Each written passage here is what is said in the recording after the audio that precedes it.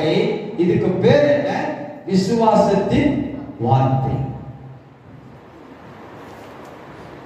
இப்போ விசுவாசத்தின் வார்த்தையை நான் சொல்லும் போது எனக்கு ரட்சிப்பு எப்படி உண்டானது? ஃபர்ஸ்ட் இருதயத்தில் விசுவாசித்தேன். நான் விசுவாசித்தேன் இயேசு கர்த்தர் இயேசுவே ஆண்டவர். அவர் மரித்தோரிலிருந்து எழுப்பினார், உயிர் திறந்தார். மரித்து உயிர் திறந்தார் நான் விசுவாசித்தேன். ஆனா எதற்காக அவர் மரித்தார்?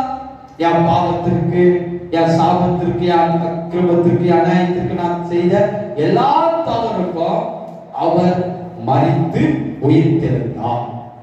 விசுவாசத்தை எங்க விசுவாசிக்கணும்? விசுவாச இருதயத்துல. அடுத்து என்ன சொல்லுது? உன் வாயினால்